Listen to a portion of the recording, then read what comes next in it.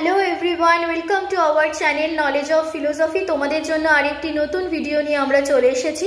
আজকে আমাদের আলোচনার বিষয় হলো আবর্তন আর বিবর্তনের নিয়ম অনুযায়ী উদাহরণের মাধ্যমে আবর্তন আর বিবর্তনটা আজকে আমরা শিখব বা আজকে আমরা জানবো কিভাবে হচ্ছে।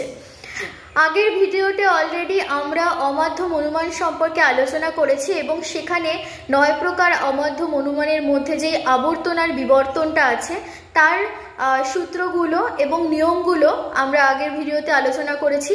তোমরা যারা এখনো পর্যন্ত সেই ভিডিওটি দেখোনি, আগের ভিডিওটি দেখে নাও, তাহলেই আজকের বিষয়বস্তুটা তোমরা বুঝতে পারবে। আর যারা দেখেছো তারা তো অবশ্যই বুঝতে পারবে। আমাদের চ্যানেলটি যদি তোমাদের ভালো লেগে থাকে, আমাদের ভিডিওগুলো যদি তোমাদের ভালো লেগে থাকে এবং নতুন ভিডিওর যে নতুন নতুন আপডেট যদি পেতে হয় আমাদের চ্যানেলে, তাহলেই অবশ্যই লাইক, শেয়ার অ্যান্ড সাবস্ক্রাইবটা কিন্তু করে ফেলবে। তাহলে আমরা প্রথমে জানবো আগে আবর্তনের নিয়ম অনুযায়ী সূত্র ফেলে কিভাবে আবর্তনটা করছি। আমরা আবর্তনের নিয়ম অনুযায়ী জানি যে আবর্তনের ক্ষেত্রে আশ্রয় বাক্যে যেটা উদ্দেশ্য বিধেয় থাকবে, সিদ্ধান্তে গিয়ে সেই উদ্দেশ্য বিধেয়টা চেঞ্জ হয়ে যাবে। আশ্রয় বাক্যে যেটা উদ্দেশ্য থাকবে সিদ্ধান্তে সেটা বিধেয় হবে, আর আশ্রয় বাক্যে যেটা বিধেয় হবে সিদ্ধান্তে সেটা উদ্দেশ্য হবে।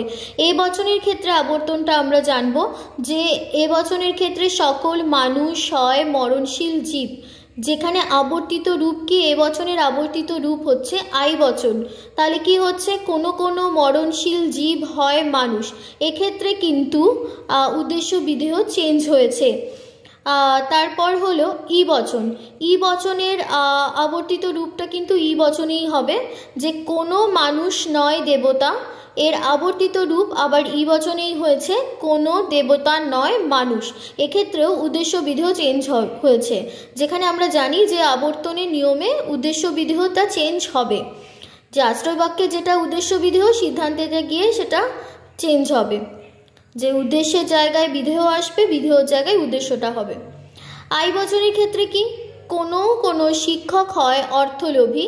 আই বচনের আবর্তিত রূপ হলো আই বচন। কোনো কোনো অর্থলোভী ব্যক্তি হয় শিক্ষক। এবং ও বচনের ক্ষেত্রে কিন্তু কোনো আবর্তন সম্ভব নয়, এটা আমরা জানি।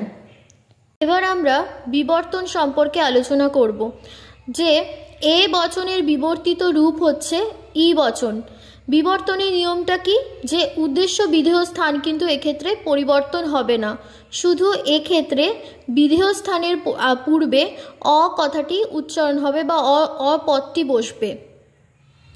যেখানে বলছে এ বচনের ক্ষেত্রে বলছে সকল মানুষ হয় মরণশীল জীব।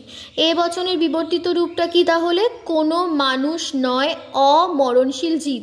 এই মরণশীলটা কিন্তু বিধেয়, তার পূর্বে কিন্তু অটা হয়েছে, অটা বসেছে, তাই হলো কোনো মানুষ নয় অমরণশীল জীব।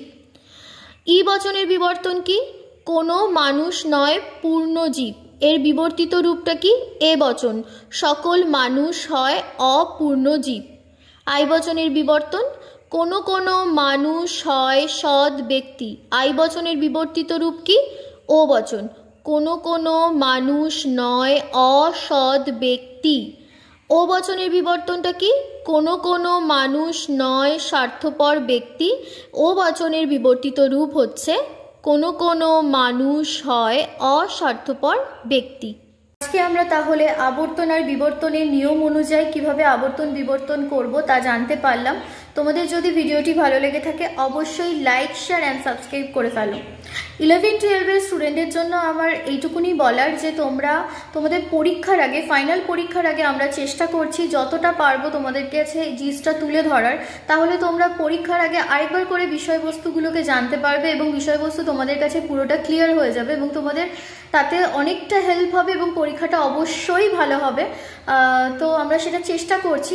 যারা এই ভিডিওটা দেখছো বা ভিডিওগুলো দেখছো তাদেরকে সবাইকে থ্যাংক ইউ সো মাচ। তোমরা লাইক, শেয়ার অ্যান্ড সাবস্ক্রাইবটা করো, তাতে হয়তো আমরা আরও ইন্সপায়ার হব তোমাদের এই ভিডিওগুলো আনতে। তো এবং আমাদের চ্যানেলে নতুন নতুন আপডেট পেতে হলে লাইক, শেয়ার অ্যান্ড সাবস্ক্রাইবটা করে ফেলো। Thank you.